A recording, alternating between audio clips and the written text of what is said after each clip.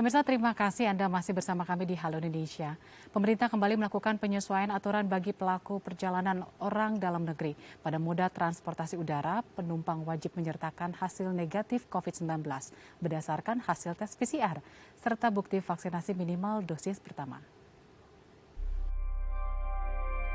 Sejak hari Minggu 24 Oktober 2021 lalu, pelaku perjalanan orang dalam negeri yang menggunakan transportasi udara wajib menyertakan syarat hasil tes negatif COVID-19 berdasarkan tes polymer chain reaction atau PCR yang sampelnya maksimal diambil dalam kurun waktu 2 kali 24 jam sebelum keberangkatan, serta menunjukkan bukti vaksin minimal dosis pertama.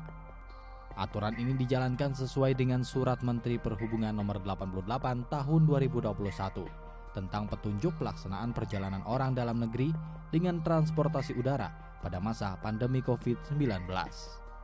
Bagi penumpang anak usia di bawah 12 tahun diperbolehkan melakukan perjalanan udara dengan menyertakan hasil tes PCR. Sementara itu, untuk penerbangan dari dan ke bandar udara di luar wilayah Pulau Jawa dan Pulau Bali masih diizinkan menggunakan hasil rapid test antigen. Ya, untuk membahas lebih lanjut efektivitas penerapan aturan tes PCR sebagai syarat melakukan perjalanan dalam negeri untuk moda transportasi udara, kita akan berbincang bersama Dr. Alexander Ginting selaku Ketua Bidang Penanganan Kesehatan Satgas COVID-19. Selamat pagi, Pak Alex. Selamat pagi, salam sehat. Salam sehat, Pak Alex.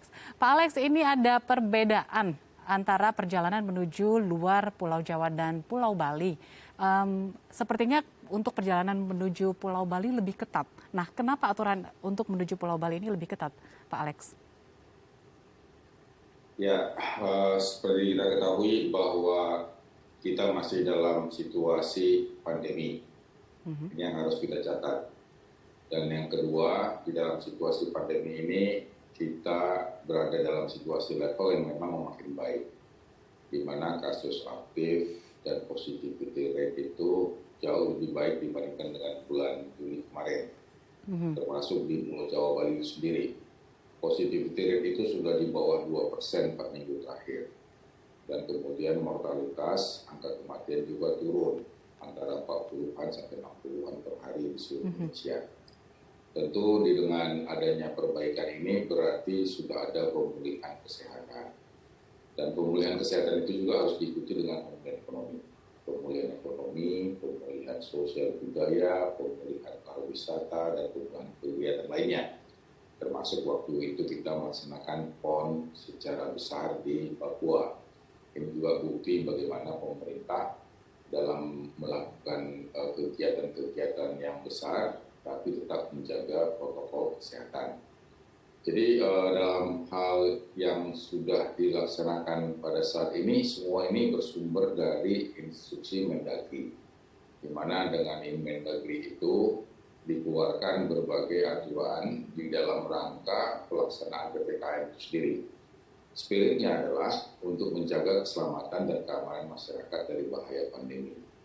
Dan spirit itu juga untuk pengawasan dan pengendalian, khususnya di dalam kita melakukan antisipasi, jangan di tengah pelandaian ini akan terjadi lonjakan kasus. Apakah lonjakan kasus secara regional, ataupun secara keseluruhan, ataupun daerah-daerah tertentu. Nah, Bali ini adalah daerah potensi wisata yang sangat kita andalkan. Dan beberapa waktu yang lalu sudah dibuka penerbangan khusus untuk domestik dan juga untuk luar negeri dari beberapa negara, ada 18 atau 19 negara. Tetapi dikala kita memulihkan pariwisata dan sektor ekonomi di Bali, kita juga harus menjaga jangan Bali kembali terjadi lonjakan kasus seperti di bulan 7 yang lalu. Oleh karena itu perlu kita jaga khususnya di pintu penerbangan dan juga di pintu penyeberangan. Dan dalam hal ini ada aturan yang disiapkan pemerintah, yaitu di mana bagi mereka yang datang, termasuk dari luar negeri, mereka harus dikarantina selama 5 hari.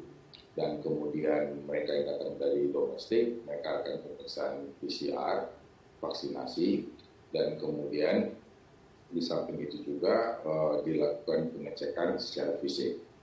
Dan kemudian penyertaan aplikasi Peduli Lindungi. Jadi ini semua adalah satu mekanisme bagaimana mobilitas naik dan kemudian kita menjaga. Kenapa menjaga ini penting sekali? Ada beberapa hal yang harus kita ingat. Pertama, varian of concern terutama Delta dan subvariannya itu masih ada circulating, bertransmisi di masyarakat, baik di luar negeri maupun dalam negeri. Dan ini lebih menular dan meningkatkan perawatan ke rumah sakit dan meningkatkan kematian. Yang kedua, memang vaksinasi sudah kita kerja secara baik. Tetapi untuk kelompok-kelompok berisiko, kelompok rentan seperti lansia, komorbid, remaja, ibu hamil, dan anak-anak belum di atas 70% untuk kedua dosisnya. Sehingga ini juga menjadi perhatian. Yang ketiga, bahwa dengan mobilitas masyarakat yang tinggi, maka akan terjadi social mixing, di mana ada percampuran, perjumpaan dari berbagai orang dengan latar belakang yang berbeda, dari daerah yang berbeda, dan ini juga berisiko terjadinya penularan. Dan yang keempat, bahwa ketidakpatuhan terhadap protokol kesehatan itu belum sepenuhnya di atas 90%. Ternyata masih ada kelonggaran, ada penurunan. Oleh karena itu, kepatuhan ini juga menjadi salah satu kunci, sehingga ini menjadi jaminan. Dan yang terakhir, bahwa komunikasi risiko itu dari berbagai waktu terus harus berubah. Kenapa komunikasi risiko ini berubah? Karena virus itu sendiri tetap berevolusi, tetap merubah karakteristiknya, sehingga memang ini perlu dilakukan update setiap saat. Oleh karena itu, inilah yang menjadi catatan kenapa pemerintah melakukan Inmendagri 53 dan 54 dan akhirnya Satgas COVID-19 Nasional mengeluarkan surat edaran nomor 21 dan selanjutnya Kementerian Perhubungan mengeluarkan juga surat edaran di dalam mengatur transportasi baik udara, darat, maupun laut. Iya. Pak Alex, apakah ini juga implementasi aturan baru ini juga diikuti oleh penerapan karantina di dalam bandara atau di daerah kawasan Bali begitu? Apakah juga dengan begitu juga ada juga implementasi pengawasan yang ketat, penambahan karena kan sudah levelnya sudah diturunkan dan relaksasi juga sudah berjalan. Bagaimana juga aturan ini juga diikuti dengan peningkatan-peningkatan pengawasan tadi? Ya, jadi khusus untuk yang luar negeri tentu yang bisa masuk adalah dari negara-negara dengan level 1 dan level 2. Jadi artinya negara-negara di mana positivity rate-nya di bawah 5%. Tapi kalau negara-negara itu dengan positivity rate di atas 10%, tentu ini akan kita close down dulu. Seperti tidak ketahui sekarang di luar negeri sudah banyak terjadi lonjakan kasus dalam beberapa hari ini juga akan menjadi atensi kita. Oleh karena itu ini tetap dari luar negeri harus mengikuti proses karantina dan mereka yang datang dari luar, tetapi pun mereka sudah menunjukkan hasil tes PCR-nya, tetap tes PCR itu akan diulang. Jadi ini untuk menjaga supaya tidak ada virus jenis baru yang masuk. Ya. Jadi walaupun di Indonesia sudah ada jenis Delta, Beta, dan Alpha, tapi varian-varian baru yang banyak ada di negara luar sana jangan sampai masuk. Dan dalam proses karantina ini juga akan dilakukan proses karantina khususnya kepada wisatawan asing agar ini juga ada berbagai penyesuaian. Tetapi tetap saja mereka tetap dibatasi sampai nanti dinyatakan bahwa mereka tidak terinfeksi ataupun tidak termasuk kategori kontak erat. Baik. Dan demikian juga untuk itinerarinya, bahwa itinerarinya juga harus teratur. Artinya dari satu titik ke titik yang lain, destinasi wisatanya itu sudah harus diatur dari awal. Jadi jangan ada yang keluar, sehingga dengan demikian monitoring dan juga pengawasan bisa lebih baik. Dan demikian juga bagi wisatawan asing yang datang ke Indonesia, khususnya ke Bali, mereka sudah mempunyai jaminan insurans. Jadi manakala misalnya sakit ataupun misalnya tiba-tiba ada masalah menyangkut kesehatan, jaminan insurans itu bisa mengcover di atas $100. Baik. Lalu bagaimana Pak Alex dengan efektivitas, efisiensi biaya? Karena ada pertimbangan lain nih Pak Alex. Karena ada petisi yang sudah ditandatangani 44.000 oleh masyarakat yang menolak terhadap syarat PCR ini. Bagaimana juga dengan ada asosiasi pilot dan bahkan ada YLKI juga nih Pak. Nah, apakah ini kemudian juga bisa mendorong agar biaya dari sisi biaya PCR juga bisa sekaligus ditekan agar setiap orang yang ingin melakukan perjalanan begitu bisa juga mendapatkan keringanan, tetapi syarat untuk PCR tadi tetap tercapai begitu. Ya, pemerintah tetap menyambut baik berbagai respons masyarakat. Ini buktinya bahwa di dalam penanggulangan COVID ini, bahwa tugas-tugas itu tidak semata-mata milik pemerintah, tetapi bersama masyarakat juga bersama-sama melakukan tugas penanggulangan. Jadi apa yang disampaikan oleh masyarakat menyangkut PCR itu sendiri, tentu yang pertama adalah menyangkut harga.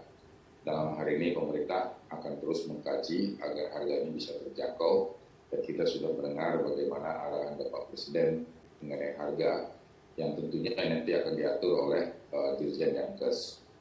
Dan kemudian juga yang kedua mengenai PCR juga adalah waktu tunggu. Jadi waktu tunggu itu jangan sampai lebih dari 24 jam.